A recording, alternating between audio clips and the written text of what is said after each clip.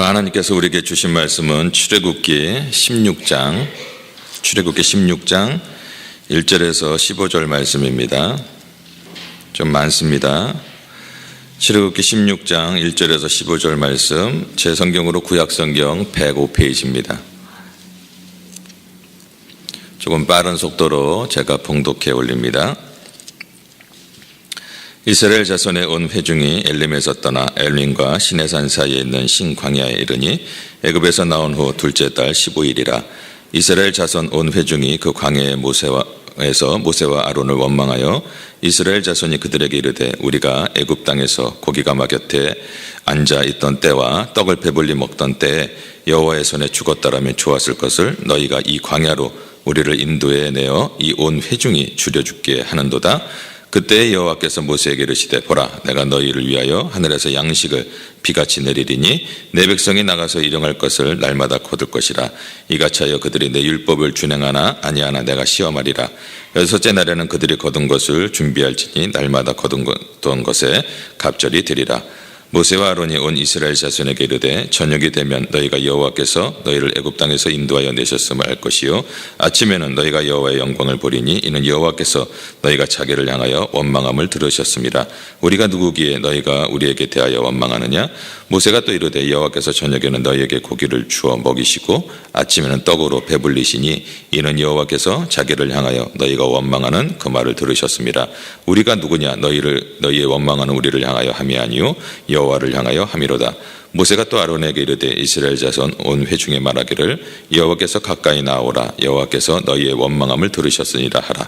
아론이 이스라엘 자손의 온 회중에게 말하며 그들의 광야를 바라보니 여호와의 영광이 구름 속에 나타나더라. 여호와께서 모세에게 말씀하여 이르시되 내가 이스라엘 자손의 원망함을 들었노라. 그들에게 말하여 이르기를 너희가 해질 때에는 고기를 먹고 아침에는 떡으로 배부르리니 내가 여호와 너희 하나님인 줄 알리라 하라 하시니라. 저녁에는 메추라기와 와서 진에 덮이고 아침에는 이슬이 진 주위에 있더니 그 이슬이 마른 후에 광야 지면에 작고 둥글며 서리같이 가는 것이 있는지라. 이스라엘 자손이 보고 그것이 무엇인지 알지 못하여 서로 이르되 이것이 무엇이니 하니 모세가 그들에게 이르되 이는 여호와께서 너희에게 주어 먹게 하신 양식이라.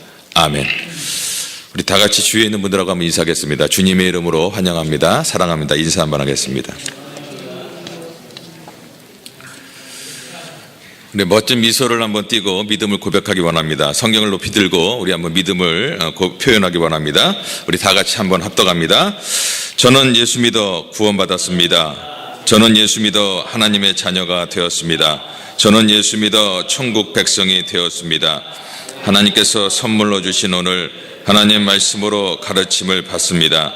눈을 열어 주의 법 안에 있는 놀라운 진리를 보고 깨닫게 하소서. 아멘으로 순종하여 하나님께 영광 돌리는 삶 되게 하소서. 아멘. 그런 삶이 되시기를 주의 이름으로 축원합니다. 아멘. 요즘처럼 겨울이 되면 햇빛이 참 반갑습니다. 제가 어릴 적에 한옥집에서 살았는데 햇빛이 나면 그 툇마루라고 하나요? 조그만 마루에 나와서 햇빛을 삼촌과 이렇게 쬐었던 기억이 납니다. 우리가 잘 아는 진흙이 있고 초콜릿이 있습니다. 진흙은 햇빛이 비치면 비칠수록 더욱더 굳어지죠. 그런데 초콜릿은 햇빛이 비치면 비칠수록 좀 진득하니 때로는 푸석하게 더 녹아내립니다. 똑같이 햇빛을 받지만 살아있는 나무는 더욱더 싱싱해지고 그리고 더욱더 생기를 얻고 아주 무성해집니다. 그런데 똑같이 햇빛을 받지만 마른 나무는 점점 더욱더 바짝 말라갑니다. 이것은 같은 상황 속에서도 망하는 사람이 있고 흥하는 사람이 있더라라는 그 얘기인 것입니다. 그래서 우리말에는 위기라는 말이 있는데 참 재미있는 말입니다. 그 위기라는 말이 위험이라는 것도 되지만 때로는 또 그것이 기회라는 그런 말도 되는 것입니다. 어리석은 사람은 위기 상황 가운데서 어떤 위험한 상황을 만들어내지만 지혜로운 사람 또 복 있는 사람은 어려운 상황 가운데서 오히려 그 어려움을 위기를 복으로 만드는 그런 사람들인 것입니다. 저와 여러분은 어려운 가운데 있을 때 오직 하나님만 바라봄으로 위기를 넘어서 복 있는 성도가 다 되시기를 주의 이름으로 축원합니다. 오늘 말씀을 배경을 드리면 이렇습니다. 이스라엘 백성의 고통을 들으시고 하나님께서 드디어 그들을 출애굽시킵니다. 애굽에 10가지 재앙을 내려서 애굽 왕 바로가 두 손을 들게 했습니다. 그리고 밤에는 불기둥으로 낮에는 구름기둥으로 시원하게 따뜻하게 마치 부모님이 자녀를 돌보듯이 이렇게 백성들을 이끌어 내었습니다. 그러던 이스라엘 백성들에게 홍해의 문제가 다가왔습니다. 뒤에는 애국 군인이 쫓아오고 앞에는 홍해가 가려막혀 있었습니다. 그때 이스라엘 백성들이 하는 말이 우리를 죽이려고 이곳으로 데려왔냐 그러면서 모세와 하나님께 원망을 했지만 하나님께서 은혜를 주셔서 홍해를 가르고 따라오는 애국 군인들을 물을 다 모아서 수장시켜서 다 죽여버렸습니다. 다 아시죠? 영화를 보시기도 아마 믿지 않은 분들도 영화 보셔서 다 아실 거예요. 그러자 이스라엘 백성들이 이제 넘어가자마자 찬양을 지어서 하나님께 영광을 돌립니다. 우리의 하나님이시여 영광이시. 이제 이스라엘 백성들이 이제 아는구나, 이제 참 백성이 되었구나 라고 우리가 생각할 수 있으나 사흘이 지나서 광야로 지나가니까 물이 떨어졌어요. 그러자 마라라는 곳에 도착했는데 물이 있네 하고 먹었더니 물이 어때요? 써요. 그러자 또 하나님을 원망하기 시작합니다. 그때 하나님께서 나무를 던짐으로 그 물이 달게 되었는데 바로 그 나무는 예수 그리스도를 의미합니다. 여러분, 우리 인생의 쓴물, 여러 가지 아픔이 있죠. 쓴물들이 있습니다. 그런데 그것을 가지고 예수님께 나아가면 그 물들이, 쓴물들이 단물로 변하게 될 줄 여러분 믿으시기 바랍니다. 아멘. 그리고 난 후에 이제 하나님께서 그들을 마라에서 엘림이라는 곳으로 보냈습니다. 엘림은 마라에서 얼마 떨어지지 않았어요. 거기에는 아주 나무도 우성지고 그리고 물도 많았습니다. 오아시스를 말하는 것입니다. 이스라엘 백성들이 오늘 본문처럼 이제 엘림에서 충분한 휴식을 취한 후에 그들은 엘림을 떠나서 이제 신광야로 떠나게 되었습니다. 1절에 보면 애굽에서 나온 후 제 2월 15일이라고 하셨는데 그들이 애굽을 떠난 지가 정월 15일이니까 6월절로부터 딱 한 달이 지났습니다. 그들은 가축과 노인과 어린아이들과 함께 갔기 때문에 진행 속도가 조금 늦을 수밖에 없었습니다. 그런데 그들의 생각은 한 2주일 정도 되면은 가나안에 도착할 줄 알았는데 시간이 한 달 지났는데도 이 가나안이 콧배기가 안 보여요. 그러자 또 원망을 하기 시작합니다. 우리가 여름이 되면 휴가를 가죠. 저도 아이들과 함께 토보몰이라는 곳을 한번 다녀왔는데 한 2박 3일 이렇게 다녀왔는데요. 가다 보면은 먹을 것도 가져가야 되고 막 이렇게 바리바리 싸갖고 갑니다. 싸다 보면은 이거 쉬지 않을까 여러 가지 고민이 많아요. 2박 3일 다녀오는데도 여러 가지로 그렇게 고민이 많은데 지금 200만 명의 이스라엘 백성들이 광야를 지나면서 그들이 가지고 온 양식이 다 떨어졌고 앞으로 무엇을 먹어야 될까 걱정이 되긴 되겠죠. 근데 가만히 보면 하나님의 기적을 한 달 동안 거의 매일 봤어요. 구름기둥, 불기둥, 홍해를 가르고 이거면 놀라운 기적. 나무를 던지니까 막 쓴물이 막 단물이 돼버리고 그러면 이 정도쯤 됐으면 좀 믿음이 생겨야 되지 않을까요? 우리 청년들 어떻게 생각하세요? 청년들 앞에 홍해가 한강이 갈라졌어. 어떻게 생각하세요? 구름기둥, 불기둥으로 하나님이 인도해 주세요. 한 달 정도 그렇게 계속 있었어요. 어떻게 되겠습니까? 그런 정도면 어느 정도 믿음이 생겨야죠. 그런데 그들은 뭐라고요? 차라리 애굽에 있을 걸 그랬다. 애굽에 살다가 죽었더라면 얼마나 좋았을까 하면서 모세와 아론을 원망합니다. 그 말은 그들이 얼마나 악한 존재인가를 보여주고 있는 것입니다. 그들은 애굽 땅을 그리워했습니다. 정말 하나님께서 그들을 애굽에서 해방시켜 주셨고 그들이 애굽 사람들을 다시 볼 수 없도록 그들을 격리했습니다. 그런데 마치 그들은 그 루세 아내가 소돔 땅을 되돌아보다가 어떻게 됐어요? 소금 기둥이 된 것처럼 그들은 자꾸 애굽 땅을 바라보았던 것입니다. 기회만 되면 애굽에 살던 그런 때를 회상했습니다. 그 소망 없는 곳에서 그렇게 고생하던 곳에서 자기들 구원해달라고 얼마나 울부짖으며 정말 하나님께 막 애원하면서 그랬습니까? 그래서 하나님께서 거기서 건져주니까 뭐라고요? 차라리 그때가 좋았다라고 하는 것입니다. 참 하나님께 배응망덕한 행동을 하고 있는 거죠. 사람이 이런 죄는 짓지 말아야 됩니다.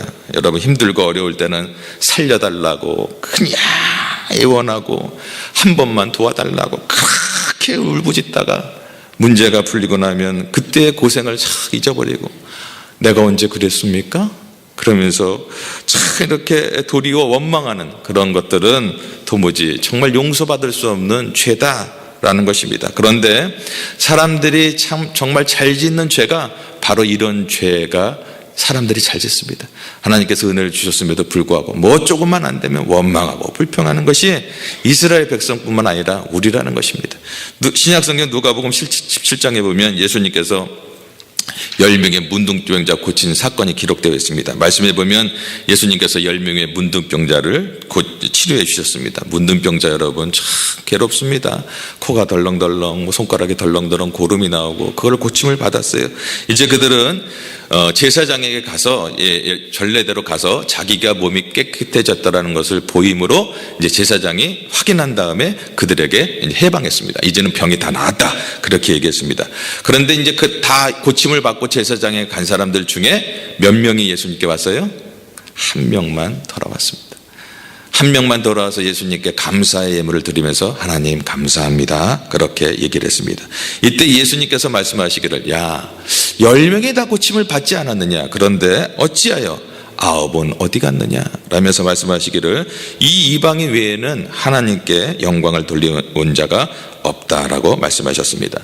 우리는 이 말씀을 통해서 정말 감사해야 될 수 있는 그 감사해야 될 사람들이 감사하지 않을 때 우리 예수님도 섭섭하게 생각하신다. 어디 갔니?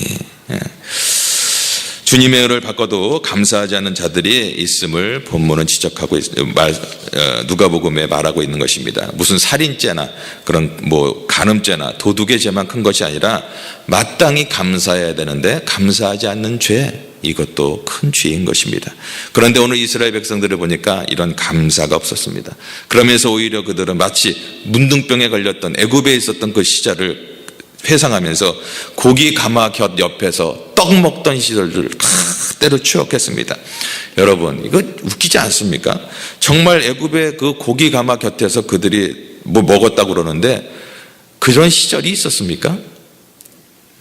그들은 거기서 뭘로 살았죠? 왕으로 살았어요? 노예로 살았습니다. 노예로. 먹을 것도 없었어요. 애굽 땅에서 당했던 그런 고통과 그 어떤 절박한 상황은 도대체 어디 갔습니까? 물에 빠진 사람 건져내니까 뭐라고요? 내 보떼를 내놓으라. 지금 이 식으로 얘기하는 것입니다. 애굽에서 종살이하면서 지쳐 죽게 되었고 아들을 낳아도 단 한 명도 키워낼 수 없는 세월을 살면서 하도 부르짖어서 하나님께서 모세를 보내서 10가지 기적을 주면서 그 도도한 애굽왕 바로를 그냥 제압하고 해방시켜 주셨는데 그들은 벌써 조금만 어려움이 있으니까 다시 하나님을 원망하고 애굽으로 돌아가고 싶다라고 말하고 있습니다. 참 이게 사람이 할 짓입니까? 그들은 그 기가 막힌 절망 가운데서 건져 주었더니 애굽이 좋았다라고 거짓말을 하고 있습니다. 그때는 고기 가마 곁에서 배불리 먹었다고 이제 헛소리를 합니다. 당장의 양식 좀 떨어진 것 가지고 하나님을 원망하기 위해서 거짓말까지 지어내고 있는 것입니다. 혹시 어느 날 한 번 고기를 먹었을 수도 있을 거예요. 그래요? 한 번 정도는 먹었겠죠. 뭐 노예 생활하면서 한 번은 못 먹어봤겠어요. 그런데 그 한 번 먹은 것을 계속 늘 먹었던 것처럼 말하면서 거짓말을 꾸며 백성들을 지금 선동하고 있는 것입니다. 가문이설로 사람을 끌어모아서 모세와 아론을 대적하고 타당을 만들고 있는 것입니다. 이런 모습이 바로 인간이 악하다는 증명입니다. 사람이 하나님을 대적하는 본성이 그대로 남아있음을 우리는 기억해야 됩니다. 여러분 내 속에서도 어느 날 갑자기 하나님을 배신하는 그런 악행이 있을 수가 있다는 것을 우리가 알아야 됩니다. 사람의 마음속에는요 악한 본성이 있습니다. 에레미야서 17장 9절에 보니까 이렇게 말합니다. 만물보다 거짓되고 심히 부패한 것은 마음이라 누가 능히 이를 알리요 라고 지적했고, 로마서 3장 10절 15절에는 의인은 없나니 하나도 없으며 깨닫는 자도 없고 하나님을 찾는 자도 없고 다 치우쳐 한 가지로 무익하게 되고 성을 행하는 자는 없나니 하나도 없다.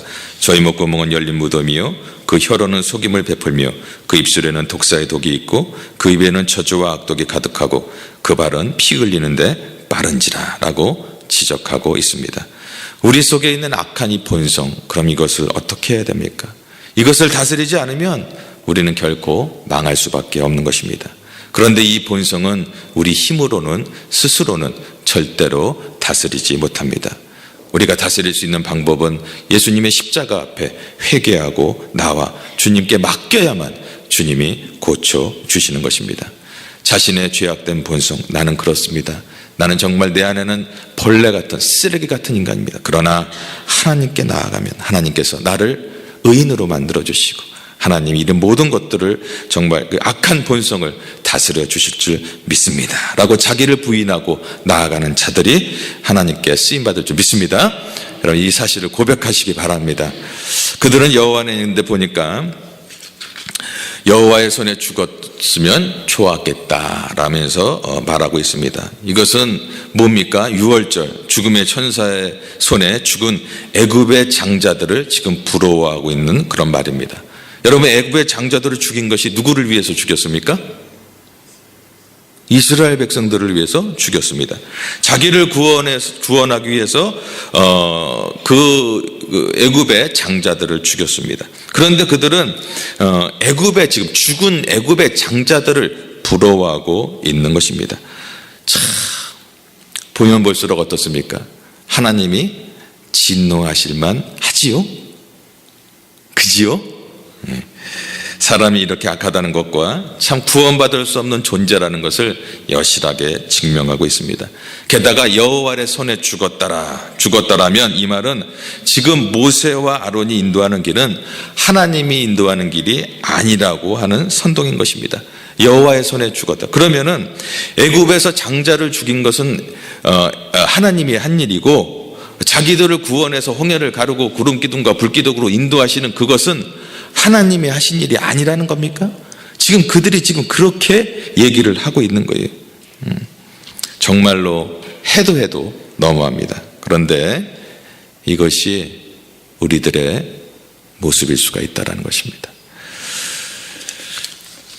이제 그들은 모세와 아론이 자기를 굶주려 죽게 한다고 말합니다. 아니요, 그들이 죽게 한 것은 모세와 아론이 아닙니다. 지금 하나님이 인도하고 있는데, 지금 하나님이 인도하고 있잖아요. 그런데 모세와 아론이 자기들을 굶주려 죽게 하려 한다라고 합니다. 불기둥과 구름기둥이 시퍼렇게 살아서 그 위에 덮고 있는데, 여러분 보시면 여호와의 인도하심이 분명하지요. 너무나 분명한 사실을, 백성이 다 알고 있는 그런 어떤 사실을 일부러 부인하면서 백성들을 선동하고 있습니다. 이것이 인간의 본성입니다. 그런데 더욱 심각한 것은 이런 악한 사람들이 말도 안 되는 거짓말을 하는데도 그 말을 믿는 자들이 생겼다는 것입니다.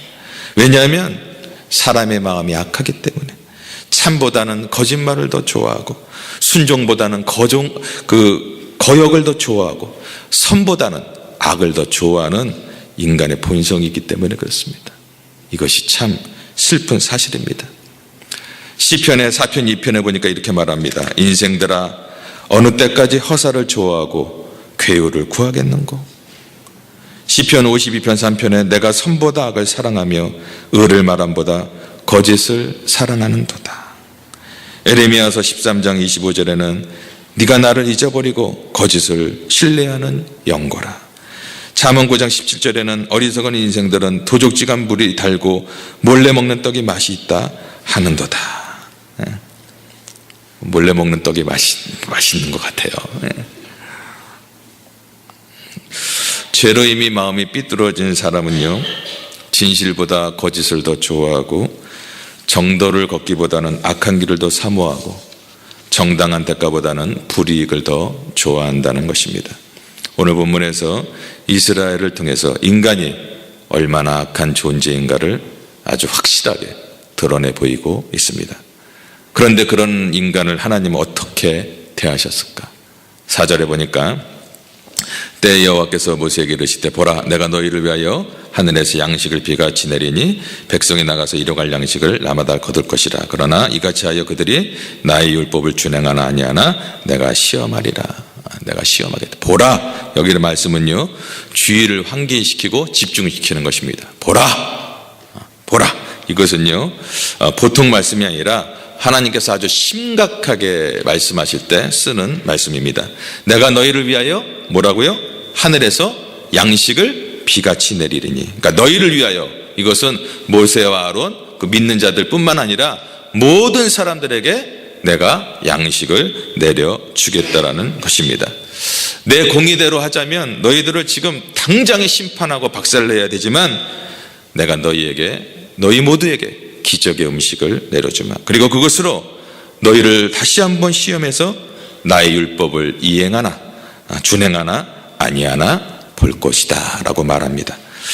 참 말씀을 보면서 하나님은 참으로 은혜로우시며 참으로 자비롭고 참으로 인자하신 분이다. 심판받아 마땅한 그런 백성들에게 하나님께서 기회를 더 주시는 것입니다. 오늘 하나님의 그 자비하심 때문에 오늘 우리가 살아있다는 것을 여러분 기억하시기 바랍니다. 우리는 비열하고 나쁜 사람을 욕하기 전에 우리 자신을 한번 돌아보기 원합니다. 정말 우리 자신은 하나님 앞에 얼마나 순전한가? 내가 얼마나 하나님 말씀 앞에 순종하며 살고 있는가? 그리고 너희들에게 만나를 주겠다는 것은요, 순종하는 사람들 때문에 악한 자들도 먹고 살게 되었다라는 것을 암시합니다.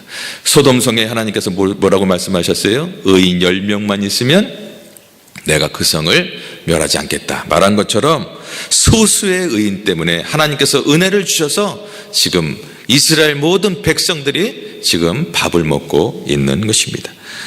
오늘 우리 한인선교교회를 통해서 정말 한인선교교회가 의인처럼 일어나서 우리를 통하여 수많은 사람들이 하나님의 은혜를 입고 구원에 이르는 그런 놀라운 역사가 있기를 주의 이름으로 축원합니다. 아멘. 아멘. 자, 그렇게 불의하고 배은망덕한 그들이 하나님이 주시는 만나를 먹고 염치 없는 그 생명을 이어갑니다. 우리도 똑같습니다. 좀 비슷합니다. 6절에 보면 저녁이 되면 너희가 여호와께서 너희를 애굽 땅에서 인도하여 내셨음을 알 것이요 7절에 아침에는 너희가 여호와의 영광을 보리니 저녁에는 메추라기를 주시고 아침에는 만나를 내려주실 것이다 라고 말하고 있습니다. 하나님은 아침과 밤낮 아주 그냥 밤낮으로 자기 백성을 보살피고 필요한 것들을 날마다 공급하시고 인도하시는 우리의 아버지인 줄 여러분 믿으시기 바랍니다. 그런데 하나님은 왜 그들에게 참나 그래요, 참 이렇게 맛있는 것을 주셨을까, 만나를 주셨을까? 7, 8절에 보면요, 자기를 향하여 원망을 들으셨습니다. 그래서 자기를 향하여 8절에도 너희의 원망하는 그 말을 들으셨습니다. 가만히 말씀을 묵상해 보니까 너희가 원망이기 때문에 하나님께서 먹을 것을 주신다, 이런 말도 될 수가 있잖아요. 이게 참 이상하다. 원망하는 사람한테 왜 줄까? 말 잘 듣고 순종하는 사람에게 은혜를 주셔야지 반역하고 이렇게 불순종하는 백성들에게 이 좋은 것을 주시다니 참 이상하지 않습니까? 하나님의 구원을 믿지 않고 원망하는 이스라엘 백성들에게 한마디의 책망도 없이 뭐라고요? 즉각 너희에게 부어주시겠다 하는 이유가 무엇일까? 그들이 반란을 일으켜갖고 일으켜서 하나님을 대적할까봐 하나님이 겁이 나서 그런 걸까요? 아니요. 하나님께서 그들을 애굽에서 구출하는 것뿐만 아니라 뭐라고요? 가나안 땅까지 데려다 주겠다. 자자손손 하나님의 백성으로 복을 주겠다라고 하는 언약이 있었습니다. 하나님의 약속이 있었습니다. 그리고 그 과정에 하나님께서 무엇이 필요한 줄 다 아셨고 그리고 다 준비하고 계셨습니다. 그들이 어디에서 양식이 떨어질 줄 알고 계셨고 어디에서 만나를 줘야겠다라고 하나님께서 다 알고 계셨습니다. 그들이 원망하지 않았더라면 하나님은 즐거운 마음으로 그 만나를 내려주었을 것입니다. 그런데 그들이 반역하고 그것을 참지 못하고 원망하는 마음으로 하나님께 원망함으로 하나님께서 약속하셨기 때문에 다 준비되셨는데 슬픈 마음으로 시험을 통해서 그 만나를 주게 된 것입니다. 하나님께서 다 준비하고 계신 일인데도 그들은 하나님을 믿고 감사하고 찬양하는 기회가 왔을 때 하나님을 영광스럽게 하지 못하고 도리어 자기들의 죄악성을 드러내고 말았습니다. 우리에게는 이런 모습이 없을까요?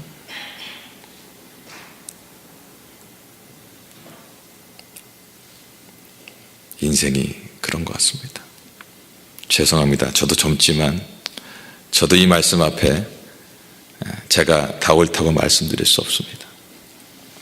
13절 14절에 보신 말씀 보면 저녁에는 메추라기 와서 진에 덮이고 아침에는 이슬이 전 사면에 있다라고 말합니다. 그것이 만나였다. 15절에 보니까 사람들이 만나를 보고 난생 처음 보는 것이었어요. 난생 처음 보자 그들은 그것을 보고 뭐라고요? 이게 만나? 만나가 무슨 뜻일까요? 네? 그래요, 맞아요. 이것이 무엇인고? 예, 이것이 무엇인고? 예, 그 뜻이에요. 만나. 이것이 무엇이냐? 만나? 이것이 무엇이냐? 몰라서 묻는 말이기도 하지만 신기해서 하는 표현이기도 합니다. 그래서 모세가 대답합니다. 이는 여호와께서 너희에게 먹게 하신 양식이다. 하나님은 거역한 그들에게 그렇게 좋은 음식을 주셨는데 그들이 기쁨으로 하나님께 더 영광 돌렸다면 얼마나 더 좋은 것을 주셨을까 하는 아쉬움을 가집니다. 우리는 그것을 좀 상상해 봐야 됩니다. 우리가 하나님의 말씀을 정말 순종하고 하나님이 기뻐하는 일을 하게 된다면 하나님께서 나를 어떻게 대우해 주실까, 얼마나 하나님께서 나를 축복해 주실까, 그런 삶을 늘 우리가 상상을 해야 됩니다. 그런데 우리가 그 말씀을 상상하고 하나님을 상상해야 되는데 우리가 늘 무엇을 상상해요? 때로는 주식을 상상하고 때로는 로또를 상상합니다. 로또를 하나 가슴에 푹 품고 이것이 되면 내가 저 집에 살고 이것이 되면 저기에 살고 뭐하고 막 상상하는 로또가 나에게 줄 것을 상상하면서 그 풍성함으로 일주일을 살아가는 캐나다인들이 얼마나 많습니까? 안에 로또들 몇 장씩 하고 계신가요? 신명기 28장에 말하기를 너희가 내 계명을 지키면 들어와도 복을 받고 나가도 복을 받고 우왕의 새끼와 떡반죽 그릇과 손대는 것마다 복을 주시고 만사를 복되게 하마. 하나님 말씀에 순종하고 나아가면 이렇게 주신다. 출애굽기 15장 26절에는 나 여호와의 말을 청정하고 나의 보기에 의를 행하며 내 계명에 귀를 기울이며 내 모든 규례를 지키면 내가 애굽 사람에게 내린 모든 질병의 하나도 너희에게 내리지 아니하리니 나는 너희를 치료하는 여호와임이라. 하나님의 말씀에 순종하면 너희를 치료하겠다. 병들지 않게 하겠다. 이사야 1장 19절에는 너희가 즐겨 순종하면 땅의 아름다운 소산을 먹을 것이다. 이러한 축복이 있길 바랍니다. 출애굽기 16장 31절에 이제 만나에 대해서 그 묘사를 하고 있는데 만나는 가시 같다라고 출애굽기 16장 31절에 이렇게 말하고 있습니다. 이 가시는요 미나리과에 속한 풀입니다. 그 씨는 어떤 그 양념이나 소화제로 쓰이는데 그 음식의 맛을 내고 또 음식의 소화를 돕는 그 양념입니다. 가시는 또 흰 색깔인데 청결하고 순결한 의미를 가지고 있습니다. 그러니까 만나가 가시와 같다. 생긴 게 그렇죠. 그리고 만나는 31절에 보면 꿀 섞은 과자 같다고 했는데 이것은 최고의 영양가 또 최고의 맛을 지닌 그런 지상 최고의 음식이었다라는 것을 우리가 알 수가 있습니다. 이런 하나님의 초자연적인 은혜를 계속 주었음에도 불구하고 그들은 계속해서 하나님을 원망했습니다. 이해가 되십니까? 그리고 그런 기적을 출애굽 때부터 계속 보고 있으면서 애굽에 있을 때가 더 좋았다라고 거짓말까지 하면서 또 반대하는 그런 반대당을 만들었는데 이렇게 악하고 미련한 사람에게 하나님께서는 이렇게 좋은 음식을 주셨습니다. 무엇을 의미합니까? 인간은 대책 없이 악하고 하나님은 참으로 자비하시며 참으로 은혜로우시다라는 것을 대조적으로 극명한 대조를 보여주고 있는 것입니다. 하나님은 가장 나쁜 사람들을 위해서 가장 아름답고 완전한 음식을 준비해 주셨습니다. 그런데 인간은 하나님이 보내주신 우리 구주 예수 그리스도마저 자기들의 경쟁자로 생각하고 그를 십자가에 못 박아 죽여버린 더 이상 설명이 필요 없는 악한 존재입니다. 그런데도 하나님은 그러한 인생들을 향하여 여전히 은혜를 베푸시고 그들이 회개하고 돌아오기만 하면 용서하시고 영생을 주는 그런 끝없는 사랑을 가진 분인 줄 여러분 믿으시기 바랍니다. 그 만나는 요한복음 6장 35절 48절에 이렇게 말합니다. 그 만나는 주님을 상징합니다. 나는 생명의 떡이니 내게 오는 자는 결코 줄이지 아니할 터이요 나를 믿는 자는 영원히 목마르지 아니하리라. 내가 곧 생명의 떡이니라. 주님은 못나고 악한 죄인들을 영원히 살리기 위해서 순전하고 영원한 음식으로 우리 곁에 다가오셨습니다. 요한복음 6장 49절 51절 다 같이 한번 읽습니다. 시작. 조상들은 광야에서 만나를 먹었어도 결국 죽었으니와 이는 하늘로서 내려온 떡이니 사람으로 하여금 먹고 죽지 아니하게 하는 것이니라. 나는 하늘에서 내려온 살아있는 떡이니 사람이 이 떡을 먹으면 영생하리라. 내가 줄 떡은 곧 세상의 생명을 위한 내 살이라. 그 어떤 사람이라도 이 떡을 예수님만 먹게 되면 영생을 얻게 된다. 그리고 만나가 자기의 상징이었다는 것을 말씀해 주고 있습니다. 예수님께서는 사람에게 영생을 주는 참된 만나로서 이 땅에 오셨고 3년간의 공생애를 통해서 여러 병든 자와 그리고 죽은 자를 살려서 생명이심을 보여주셨고 벳세다에서 오병이어의 기적을 통해서 먹이시 사람들을 먹임으로 사람을 살리는 떡이심을 예고하셨고 내가 곧 생명이라고 말씀하셨고 십자가의 죽으심과 부활하심으로 우리를 영생케 하는 만나임을 우리에게 입증하셨습니다. 우리의 육신은 떡을 먹어야 살지만 우리의 영혼은 참 만나이신 예수 그리스도를 먹어야 사는 줄 믿으시기 바랍니다. 그런데 4절에 보니까 이같이 하여 그들의 나의 율법을 준행하나 아니하니라 내가 시험한다. 우리 하나님께서 백성들이 떡을 달라고 하면 떡을 주시고 그리고 고기를 달라 하면 고기를 주시는 한없는 사랑의 하나님이십니다. 그런데 하나님께서 더 말씀하시기를 가장 먹는 기본적인 문제를 가지고 그들을 시험하고 훈련시키는 분이라는 것을 우리에게 말해주고 있습니다. 자, 그들이 음식을 이제 잘 먹었으니 이제 하나님의 말씀을 잘 들었을까요? 아니요, 그렇지 않았습니다. 우리도 신앙생활을 오래 했습니다. 또 많이 하신 분들도 있고 그렇지만 신앙생활을 하는 것과 하나님을 아는 것과 또 신앙생활의 삶이 다를 수가 있습니다. 딴판으로 살 수가 있습니다. 그래서 하나님께서는 우리의 삶 가운데 끊임없이 문제를 만나게 하시면서 그 과정에서 하나님의 말씀대로 사는 훈련을 우리에게 시키고 있는 것입니다. 하나님께서는 우리에게 절대 미래의 일을 알려주시지 않습니다. 마라가 쓴물 앞에 뭐가 있었다고요? 좀만 더 가면 엘림이 있었습니다. 그런데 하나님께서 마라의 쓴물에서 조금만 더 가면 엘림이 있다라고 얘기 안 해주셨습니다. 왜 그랬을까요? 또 만나를 내리시려고 준비하고 있으면서도 알려주지 않아서 신광야에서 이스라엘 백성들은 원망을 했습니다. 왜 알려주지 않았을까요? 그것은 오직 하나님을 믿고 의지하는 그런 훈련을 시키기 위해서입니다. 하나님은 우리가 염려를 이기고 하나님만을 바라보기 위해서 미래의 모든 일들을 말씀해 주지 않았습니다. 이제 불평은 그만하고 염려를 이기는 그런 법을, 하나님께 맡기는 법을 우리에게 배우라는 것입니다. 사랑하는 성도 여러분, 오늘 하나님께서 오늘 저와 여러분의 모든 문제를 아시고 그 해답을 미리 준비해 주신 걸 믿으시기 바랍니다. 그걸 믿으십시오. 그리고 오늘에게 말씀해 주시지 않지만 여러분들이 입을 거, 여러분들이 먹을 거, 여러분들의 자녀를 위한 것, 모든 것들을 다 알고 계시고 그 답을 갖고 계십니다. 정말 하나님이 살아계심을 믿는다면, 정말 하나님이 나의 영원한 구주라고 믿는다면, 예수님께서 나의 모든 것들을 해결해 주신다고 믿는다면 아무것도 염려하지 마시고 하나님께 모든 것을 맡기는 법을 배워서 이제 삶의 위기에서 도리어 원망하지 않고 불평하지 않고 어떠한 상황이 있든지 하나님께 감사하고 영광 돌리는 그런 성숙한 성도가 다 되어서 2012년도에 하나님을 기쁘게 하시는 그런 주의 백성들이 다 되시기를 주의 이름으로 축원합니다. 기도하겠습니다.